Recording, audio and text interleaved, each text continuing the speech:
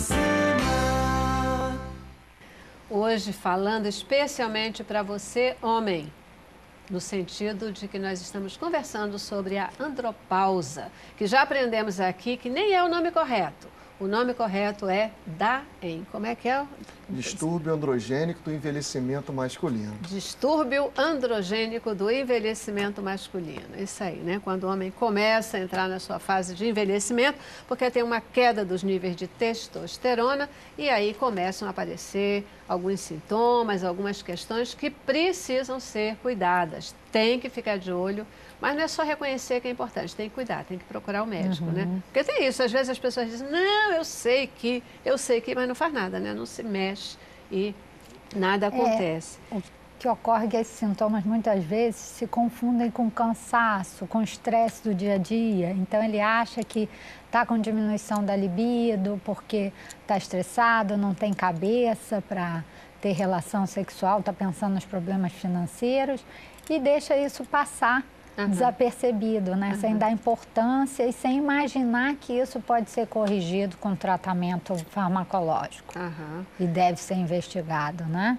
Porque muitas vezes está associado com outras doenças que também diminuem a testosterona, mas não são por esse distúrbio androgênico, entendeu? Fisiológico, né? Que é um processo fisiológico do homem. Então... Quais são, então, né, na explicação você já falou alguns, mas quais são as situações, os sintomas, os problemas que podem começar a acontecer para o homem na hora que ele começa a entrar nessa fase da redução do nível de testosterona? Nós também não usamos mais a palavra impotência, né? Também é muito usado, mas é disfunção erétil, né? Certo. O que nós somos muito chamados a opinar é sobre a disfunção erétil, a dificuldade de manter a ereção ou mesmo a vontade de ter a relação sexual, que é a diminuição da libido, um termo classicamente usado.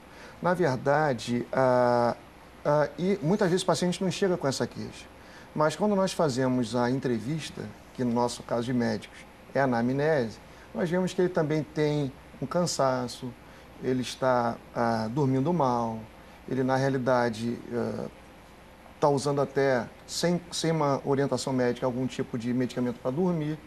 E você vê que não é nada disso. Na verdade, o que ele tem é uma diminuição dos níveis hormonais e que deve ser eficazmente tratado. Depois diagnosticado, é claro, né? Nós não estamos aqui, nem eu nem a doutora, falando da panaceia, né? Como se fosse a resolução para tudo. Essa expressão panaceia é muito antiga, né? Na história da humanidade, mas nós estamos aqui advogando a panaceia da testosterona. Mas realmente, eu tenho ido nos congressos americanos, estava conversando com a doutora aqui antes do programa, e na verdade os americanos eles usam mais testosterona do que nós brasileiros. Talvez nós brasileiros, por sermos latinos, nós médicos sejamos um pouco mais conservadores. Faço até autocrítica, me incluo, né? Mas na verdade você vai no congresso americano de urologia, a testosterona falada em diversos fóruns, você anda nos estandes, a testosterona em gel, a testosterona injetável. Você vê uma coisa muito interessante que nós, latinos, médicos latinos com uma certa resistência, eu acho que isso aí tem que ser mais discutido. Eu fico pensando se isso não passa por uma questão, primeiro, mera aqui, né? Análise ou reflexão diante do que o senhor colocou. Talvez os americanos, eles tratem ou considerem o uso da testosterona não só pelas questões de disfunção erétil, né? Mas eles encarem ou busquem isso no sentido de uma saúde geral, essa questão da disposição física, a questão da manutenção do corpo, né? Da massa muscular, quer dizer, entendendo os outros, ou o total do significado, da importância da testosterona dentro do organismo humano. E talvez exatamente o espírito latino de não querer reconhecer um momento já de dificuldade, né, na relação sexual, esconde isso, vai deixando e acha que se fizer uso da testosterona está passando atestado, sei lá, né? Vocês que são médicos. Pode ter esse preconceito, né? Aí só para complementar os outros sintomas que não são nem tão frequentes, às vezes ocorre uma diminuição de pelos corporais, às vezes, em casos mais graves, até o paciente deprimido. Pode ser por questão de falta de testosterona, assim, principalmente que a gente vê aquela pessoa mais irritada, com pouca tolerância para situações de dificuldade. Isso ocorre muito também. E, assim, um sintoma muito mais infrequente, que seria também, além da perda da massa muscular, tem homem que perde a massa óssea e pode até sofrer fraturas. Entendeu? Claro que são casos bem mais particulares, mais graves. Até deficiências maiores. Os homens, eles sentem o chamado fogacho que as mulheres também têm na menopausa, ou isso não acontece? Ou se eles sentirem é por outros motivos, não por essa questão? Na realidade, o sintoma do distúrbio androgênico, do envelhecimento masculino, que nós ainda vamos chamar por algum tempo de andropausa, né? Na realidade, são muito heterogêneos, que são muito diferentes de homem para homem. Mas eu já atendi alguns homens que sentem, doutor, estou sentindo um calor, estou sentindo um mal-estar. E você começa a usar a testosterona e ele recupera. Então, na realidade, eu acho que é uma necessidade de um debate mais amplo. Até a testosterona, que era grande, alguns achavam que a testosterona era causadora do agravamento do câncer da próstata. Agora, os trabalhos têm saído agora. É o contrário. Talvez vai ser provado daqui para frente que a testosterona ela vai ajudar a prevenir o câncer da próstata. Isso não está nada estabelecido ainda. Estou falando que eu tenho visto nos congressos no Brasil e no exterior. Talvez a testosterona no futuro, eu vejo isso no futuro, como a testosterona será usada até para melhorar, ela não como um incrementador do câncer da próstata. Muito pelo contrário, a ausência, alguns trabalhos científicos já saíram nesse aspecto, a baixa da testosterona como causadora do câncer da próstata. São, inclusive, cânceres mais agressivos, né? Naqueles pacientes que têm um nível baixo de testosterona, o câncer de próstata é mais agressivo.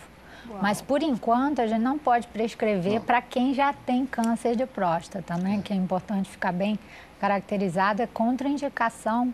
É importante de não fazer a reposição nesses casos que a pessoa já tem o câncer. Mas eu também sou muito dessa crença de que no futuro, como na menopausa, a gente vai ter evidências que vão mostrar que o homem que tem um nível de testosterona normal, ele tem muito menos risco de apresentar o câncer. Até essa questão, complementando o que a doutora falou, até essa questão do câncer da próstata, doutora, alguns pacientes, principalmente nos Estados Unidos, que já foram operados, tirou o câncer, estão se fazendo reposição hormonal. É uma coisa que aos 10 anos atrás, era inimaginável um urologista falar sobre isso. Mas tem alguns trabalhos já de algumas universidades americanas mostrando isso. Então, eu acho que é um diagnóstico que tem que ser feito mais, até por nós médicos, né?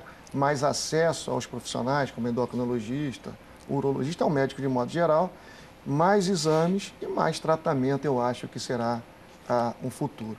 Você perguntou uma coisa importante, Célia, sobre a prevenção.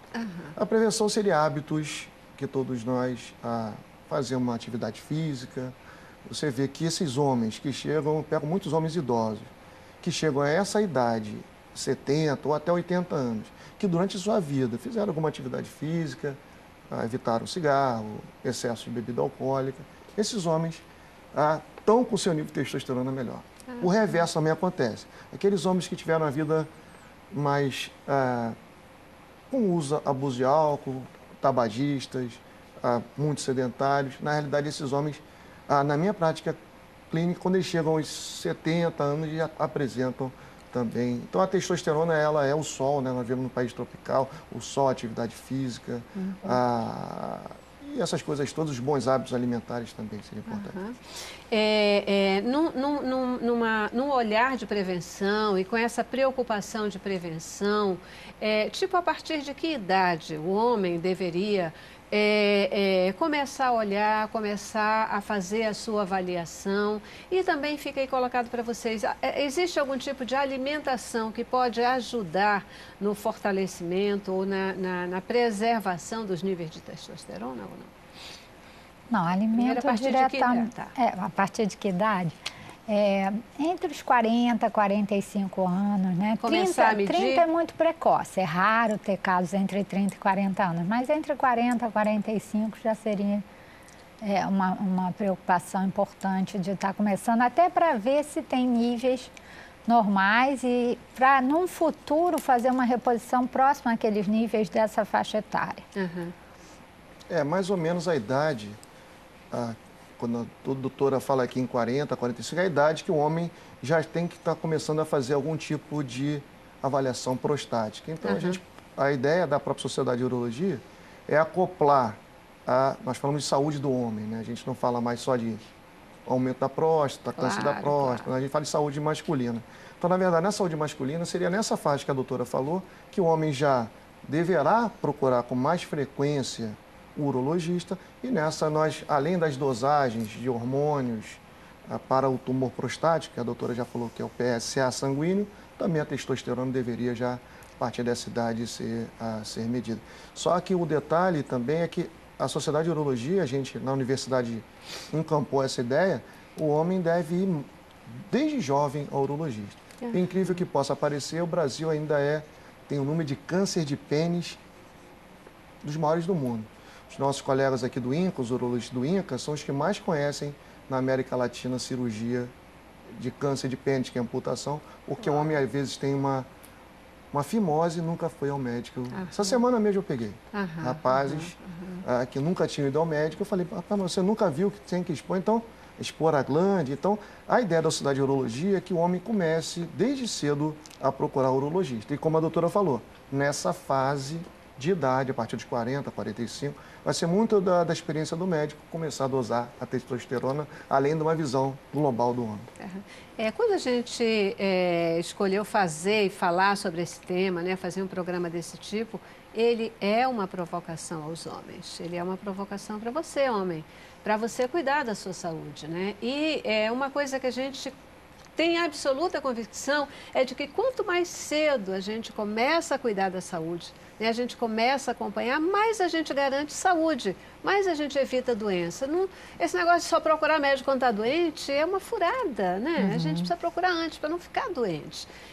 E prevenir, retardar e conseguir curar o que tiver de uma forma tranquila. Então, as mulheres elas acabam sendo mais quase que forçadas com o início da menstruação, né? Tem marcas mais precisas. O homem acha que não precisa, mas deveria.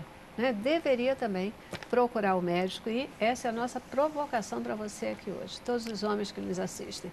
E a provocação fica para as mulheres também, porque você, esposa, mãe, como mãe você pode levar o seu filho, como esposa, você pode provocar o seu marido a ir ao médico desde os novinhos, né? Desde quando vocês casam, né? Porque às vezes faz o exame, todos os exames nupciais e depois não faz mais exame nenhum. Estou aqui corroborando, viu? Para que os homens se cuidem, porque saúde é realmente essencial. Então, a gente acabou não falando sobre a questão de alimentação, se existe algum tipo de alimentação que possa ajudar, né, nessa prevenção, possa, sei lá, enriquecer. Pois a gente fala tanto da alimentação como fator de saúde, como fator de prevenção de tantas coisas. E para a questão da testosterona, então, tem alimentação ou não? Eu vou falar, mas agora a gente vai falar depois do intervalo, tá? Vou dar uma paradinha e quando a gente voltar a gente já entra com esse tema. Vamos lá. Cabeça pra cima.